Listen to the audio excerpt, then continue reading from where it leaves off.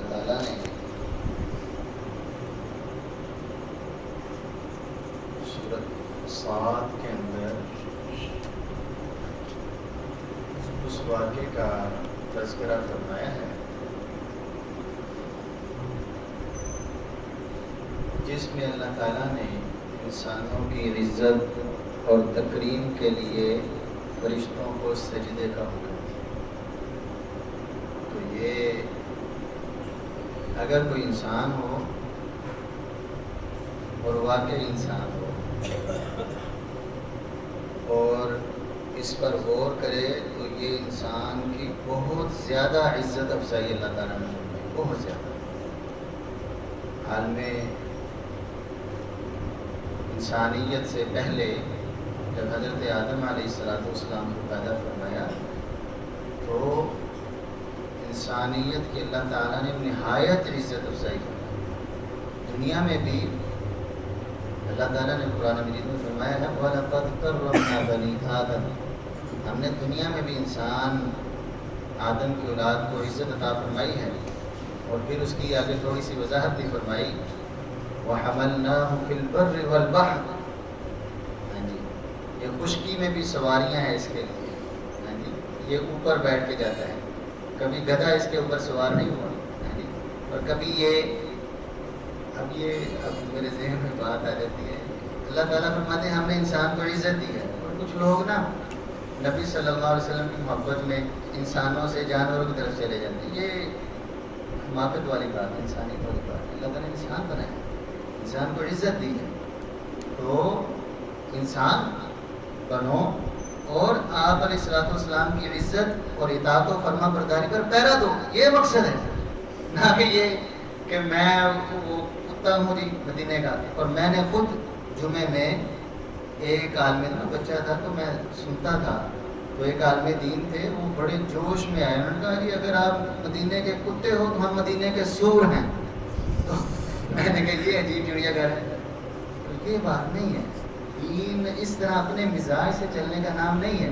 کہاں صحابہ کرام کی جو ہے وہ وفاداری اور کہاں کتا، یہ کیا بات ہے، ہاں جی۔ تو نہیں، اللہ تعالیٰ نے انسانیت کو اور آدم علیہ السلام کو اور آدم علیہ السلام کی اولاد کو ہمیں بڑی عزت سے نوازا ہے۔ ہمیں انسان بن کے رہنا چاہیے، اور جو انسان اللہ تعالیٰ اور رسول اللہ کے احکامات کو نہیں مانتا ان کو اللہ تعالیٰ نے فرمایا اولئک کالانعام، یہ جانوروں کی طرح ہیں، بل ہم اضل، یہ ڈنگروں سے بھی بدتر ہیں۔ تو مقصد یہاں آ کر ختم ہوتا ہے اور یہیں سے شروع ہوتا ہے۔ تو یہ اب ہمیں یہ میں نے تھوڑا سا قصہ ذکر کرنا ہے، اس سے ہمیں موٹیویشن ملتی ہے، ہمارے اندر تھوڑا سا عمل کا جذبہ پیدا ہوتا ہے۔ اللہ تعالیٰ کے گروہ یا شیطانیت کے گروہ ہم نے کس طرف جانا ہے؟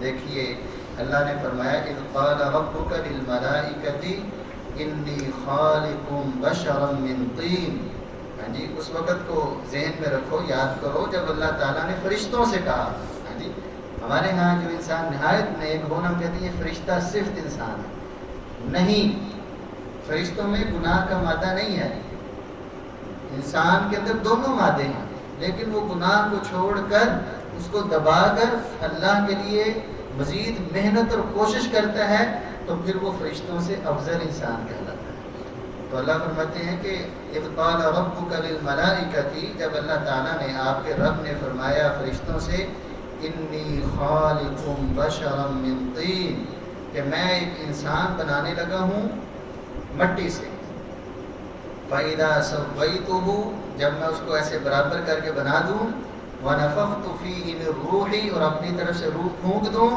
فَقَعُوا لَهُ سَاجِدِينَ، تو آپ نے اس کے اکرام اور عزت میں اس کو سجدہ کرنا ہے۔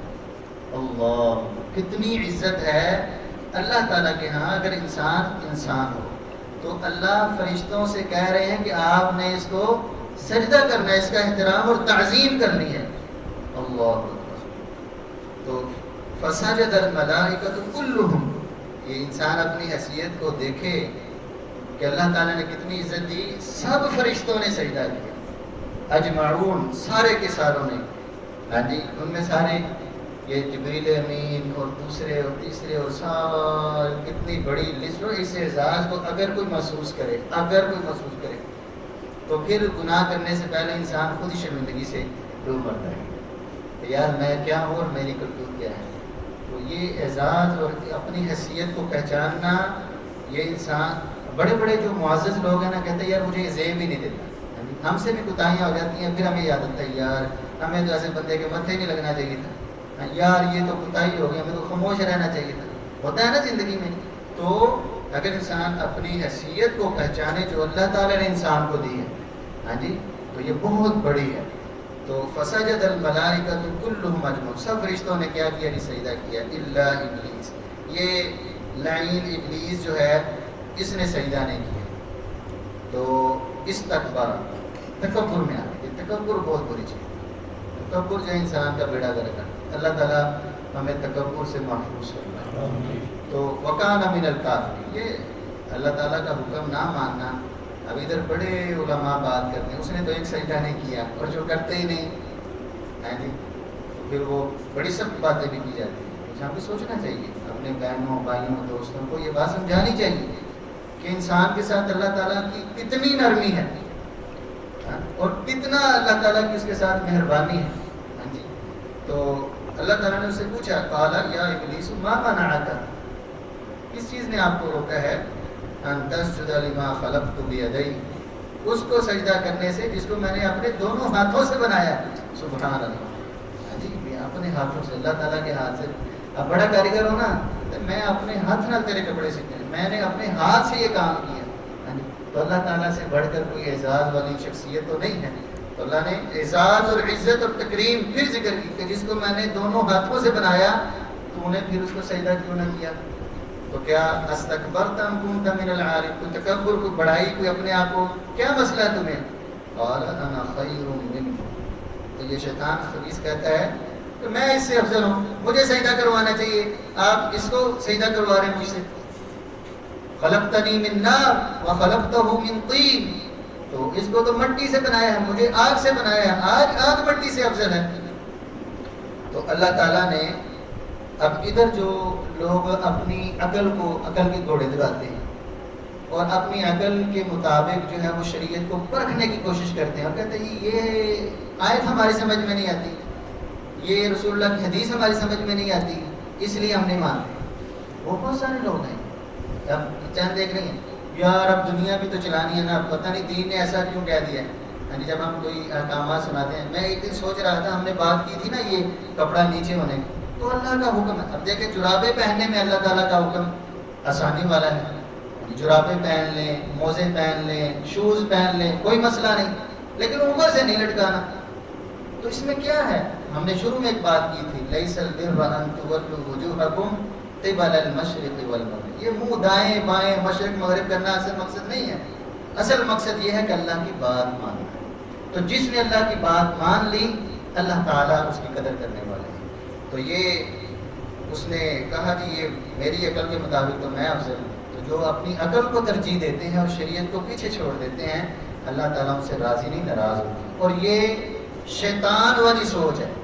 یہ ادھر سے ہی دیکھ لیں، اس نے کہا میں بہتر ہوں، یعنی رب تعالیٰ کو نہیں پتا ہے، تمہیں زیادہ پتا ہے. جی اللہ تعالیٰ پہ ناراض ہوئے اور نہایت سخت ناراض ہوئے.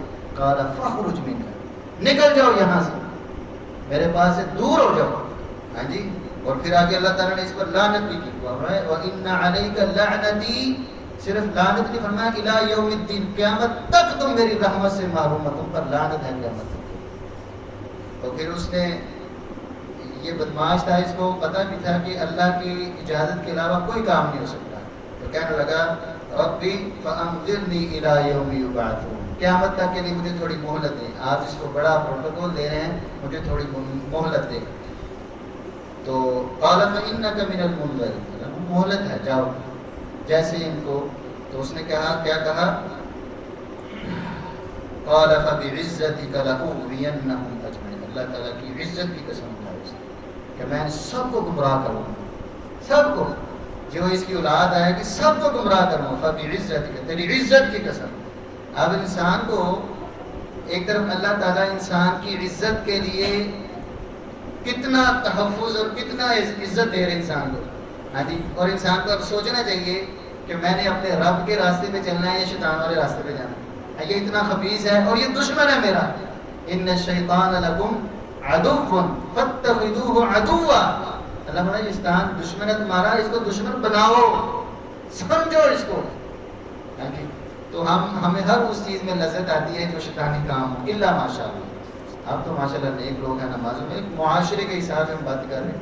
تو یہ تو اس نے کہا جی فَبِعِزَّتِكَ لَأُغْوِيَنَّهُمْ أَجْمَعِينَ إِلَّا عِبَادَكَ مِنْهُمُ الْمُخْلَصِينَ. ہاں اے اللہ جو آپ کے خالص بندے، آپ کے خالص فرما بردار بندے ہوں گے نا، وہ میرے ہتھے نہیں آئیں گے.